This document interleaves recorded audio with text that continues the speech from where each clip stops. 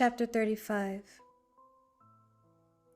𝘈𝘃𝑗𝘕 came to believe that the last really happy day of his life was March 24, 1984. The things that were to come, poised above them like a killing sash weight, were still over 7 weeks in the future. But looking over those 7 weeks, he found nothing which stood out with the same color. He supposed that even if none of those terrible things had happened, he would have remembered the day forever. Days which seemed genuinely good all the way through, are rare enough anyway, he thought. It might be that there was less than a month of really good ones in any nature, in any man's life, in the best of circumstances.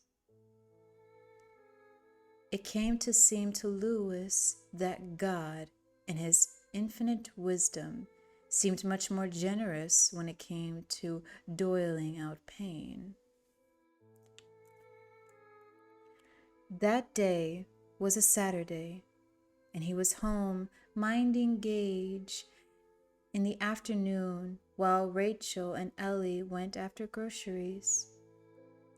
They had gone with Judd in his old and rattling 59 IH pickup, not because the station wagon wasn't running, but because the old man genuinely liked their company. Rachel asked Louis if he would be okay with Gage, and he told her that of course he would. He was glad to see her get out. After a winter in Maine, most of it in Ludlow, he thought she needed all the getting out she could lay her hands on. She had been unremittingly good sport about it, but she did seem to him to be getting a little stir-crazy.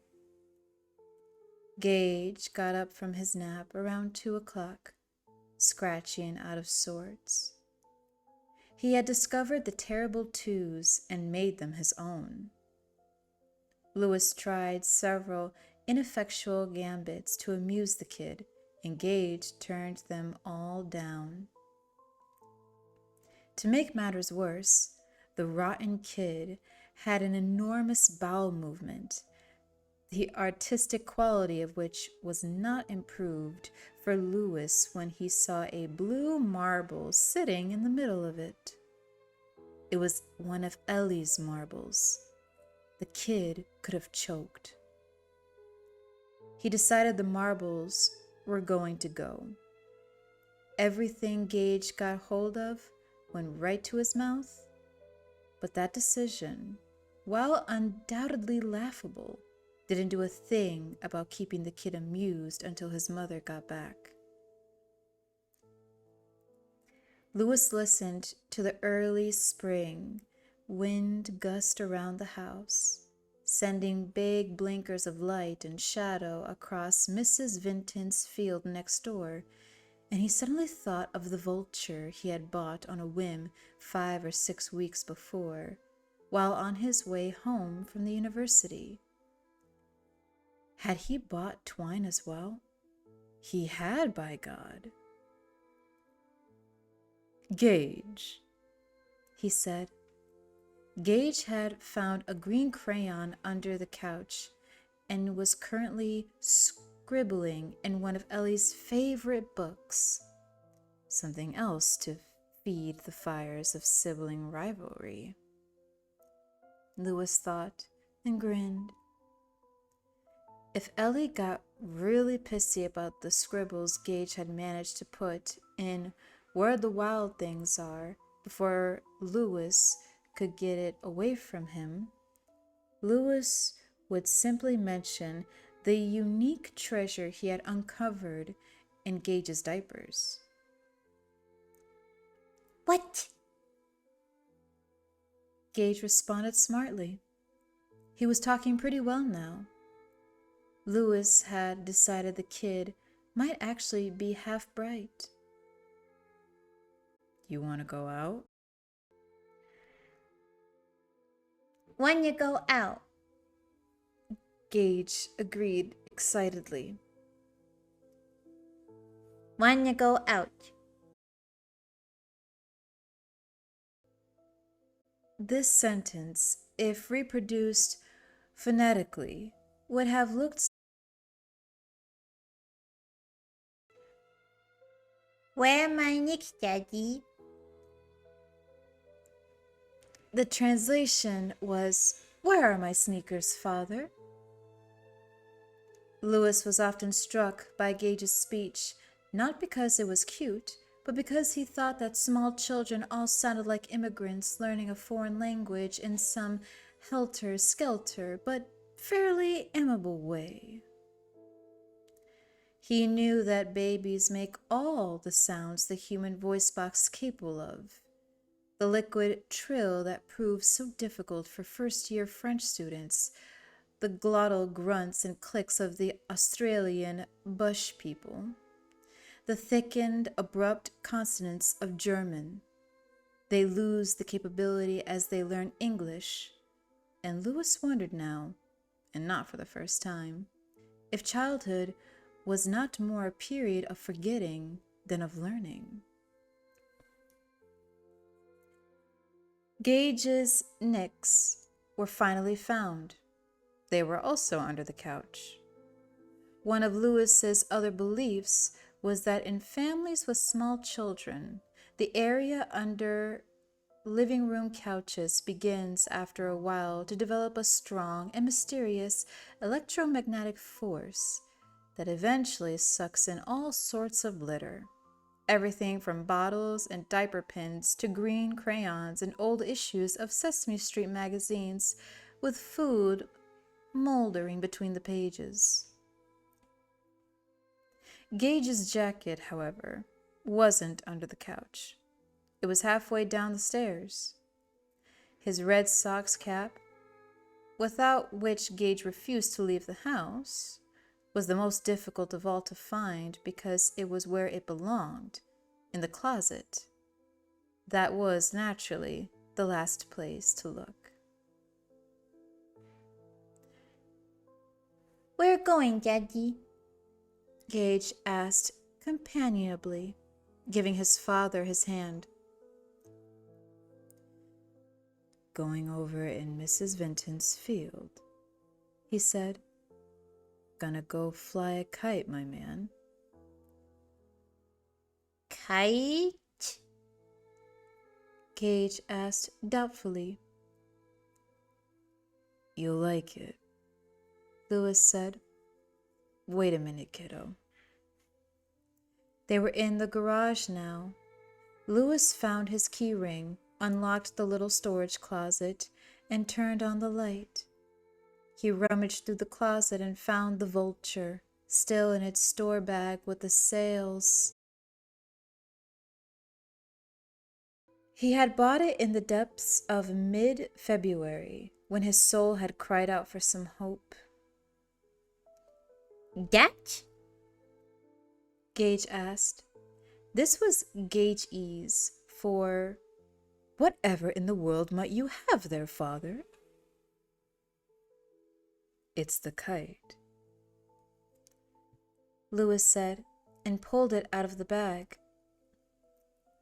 Gage watched, interested, as Lewis unfurled the vulture, which spread its wings over perhaps 5 feet of tough plastic. Its bulgy, bloodshot eyes stared out at them from its small head atop its scrawny, pinkly naked neck.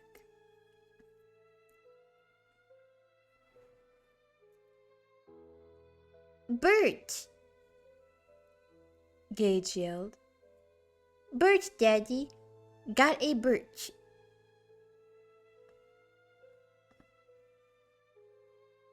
Yeah, it's a bird, Lewis agreed, slipped the sticks into the pockets at the back of the kite, and rummaging again for the 500 feet of kite twine that he had bought the same day. He looked back over his shoulder and repeated to Gage, "You're gonna like it, big guy." Gage liked it. They took the kite over into Mrs. Vinton's field, and Lewis got it up into the blowy, late March sky first shot, although he had not flown a kite since he was, 12, 19 years ago? God, that was horrible. Mrs. Vinton was a woman of almost Judd's age, but immeasurably more frail. She lived in a brick house at the head of her field, but now she came out only rarely. Behind the house, the field ended and the woods began. The woods that led first to the pet cemetery and then to the Micmac burying ground beyond it. Kite's flying, Daddy. Gage screamed. "Yeah, look at it go." Lewis bellowed back, laughing and excited. He paid out kite twine so fast that the string grew hot and branded thin fire across his palm.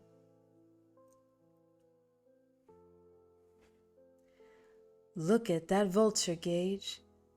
She's going to beat shit." Beat shit. Gage cried and laughed, high and joyously. The sun sailed out from behind a fat gray spring cloud, and the temperature seemed to go up 5 degrees almost at once. They stood in the bright, unreliable warmth of March, straining to be April in the high, dead grass of Mrs. Vinton's field. Above them, the vulture soared up toward the blue, higher, its plastic wings spread taut against that steady current of air, still higher. And as he had done as a child, Lewis felt himself going up to it, going into it, staring down as the world took on its actual shape, the one cartographers must see in their dreams. Mrs. Vinton's field, as white and still as cobwebs, following the retreat of the snow, not just a field now, but a large parallelogram bounded by rock walls on 2 of its sides, and then the road at the bottom, a straight black seam in the river valley. The vulture saw it all with its soaring, bloodshot eyes. It saw the river like a cool, gray band of steel, chunks of ice still floating in it. On the other side, it saw Hampton, Newburgh, Winterport, with a ship at dock. Perhaps it saw the St. Regis Mill at Bucksport, below its steaming fume of cloud, or even Land's End itself, where the Atlantic pounded the naked rock. "Look at her go, Gage," Lewis yelled, laughing. Gage was leaning so far back he was in danger of toppling over. A huge grin covered his face. He was waving to the kite. Lewis got some slack and told Gage to hold out one of his hands. Gage did not even looking around. He couldn't take his eyes from the kite, which swung and danced in the wind and raced its shadow back and forth across the field. Lewis wound the kite string twice around Gage's hand, and now he did look down, comically amazed at the strong tug and pull. What? He said. You're flying it, Louis said. You got the hammer, my man. It's your kite. Gage flying it? Gage said, as if asking not his father but himself for confirmation. He pulled the string experimentally. The kite nodded in the windy sky. Gage pulled the string harder. The kite swooped. Louis and his son laughed together. Gage reached out his free hand, groping, and Louis took it in his own. They stood together that way in the middle of Mrs. Vinton's field, looking up at the vulture. It was a moment with his son that Louis never forgot. As he had gone up and into the kite as a child himself, he now found himself going into Gage, his son.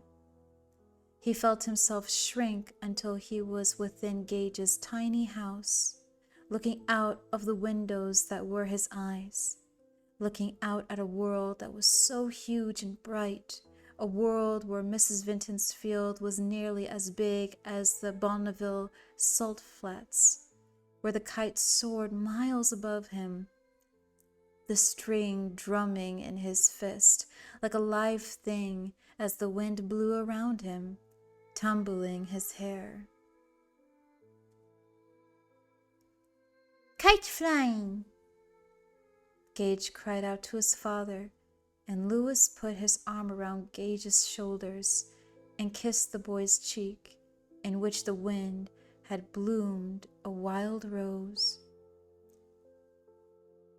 I love you, Gage, he said.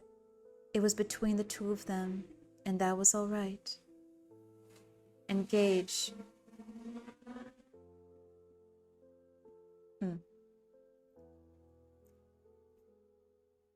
And Gage, who now had less than 2 months to live, laughed shrilly and joyously. Kite flying, Daddy. They were still flying the kite when Rachel and Ellie came home. He and Gage had gotten it so high that they had nearly run out of the string, and the face of the vulture had been lost. It was only a small black silhouette in the sky. Louis was glad to see the two of them, and he roared with laughter when Ellie dropped the string momentarily and chased it through the grass, catching it just before the tumbling, unraveling core tube gave up the last of its twine. But having them around also changed things a little, and he was not terribly sorry to go in when, 20 minutes later, Rachel said she believed Gage had enough of the wind. She was afraid he would get a chill. So the kite was pulled back in, fighting for the sky at every turn of the twine, at last surrendering. Louis tucked it, black wings, buggy bloodshot eyes, and all, under his arm, and imprisoned it in the storage closet again. That night, Gage ate an enormous supper of hot dogs and beans, and while Rachel was dressing him in his Dr. Denton's for bed, Louis took Ellie aside and had a heart-to-heart talk with her about leaving her marbles around. Under other circumstances, he might have ended up shouting at her because Ellie could turn quite haughty, insulting even, when accused of some mistake. It was only her way of dealing with criticism, but that did not keep it from infuriating Louis when she laid it on too thick or when he was particularly tired. But this night, the kite flying had left him in a fine mood, and Ellie was inclined to be reasonable. She agreed to be more careful, and then went downstairs to watch TV until 8:30, a Saturday indulgence she treasured. Okay, that's out of the way, and it might even do some good, Louis thought, not knowing that marbles were really not the problem, and chills were really not the problem, that a large Orncoat truck was going to be the problem, that the road was going to be the problem. As Judd Crandall had warned them it might be on the first day of August. He went upstairs that night about 15 minutes after Gage had been put to bed. He found his son quiet but still awake, drinking the last of a bottle of milk and looking contemplatively up at the ceiling. Louis took one of Gage's feet in one hand and raised it up. He kissed it and lowered it. "Good night, Gage," he said. "Kite flying, Daddy," Gage said. "It really did fly, didn't it?" Louis said, and for no reason at all, he felt tears behind his eyes. "Right up to the sky, my man." "Kite flying," Gage said. "Up to the sky." He rolled over on his side, closed his eyes, and slept, just like that. Louis was stepping into the hall when he glanced back and saw yellowy green, disembodied eyes staring out at him from Gage's closet. The closet door was open, just a crack. His heart took a lurch into his throat, and his mouth pulled back and down in a grimace. He opened the closet door thinking, Zelda. It's Zelda in the closet, her black tongue puffing out in between her lips. He wasn't sure what, but of course, it was only Church. The cat was in the closet, and when it saw Louis, its back arched like a cat on a Halloween card. It hissed at him, its mouth partly open, revealing its needle-sharp teeth. "Get out of here," Louis whispered. Church hissed again. It did not move. "Get out." He picked up the first thing that came to hand in the litter of Gage's toys, a bright plastic 𝘉𝘉𝘠𝘠𝘠𝑢, which in this dim light was the maroon color of dried blood. He brandished it at Church. The cat not only stood its ground, but hissed. Louis threw the toy at the cat, not playing, not goofing around. He pegged the toy at the cat as hard as he could, furious at it and scared of it too, that it should hide here in the darkened closet of his son's room and refuse to leave, as if it had a right to be there. The toy locomotive struck the cat dead center. Church uttered a squawk and fled, displaying its usual grace by slamming into the door.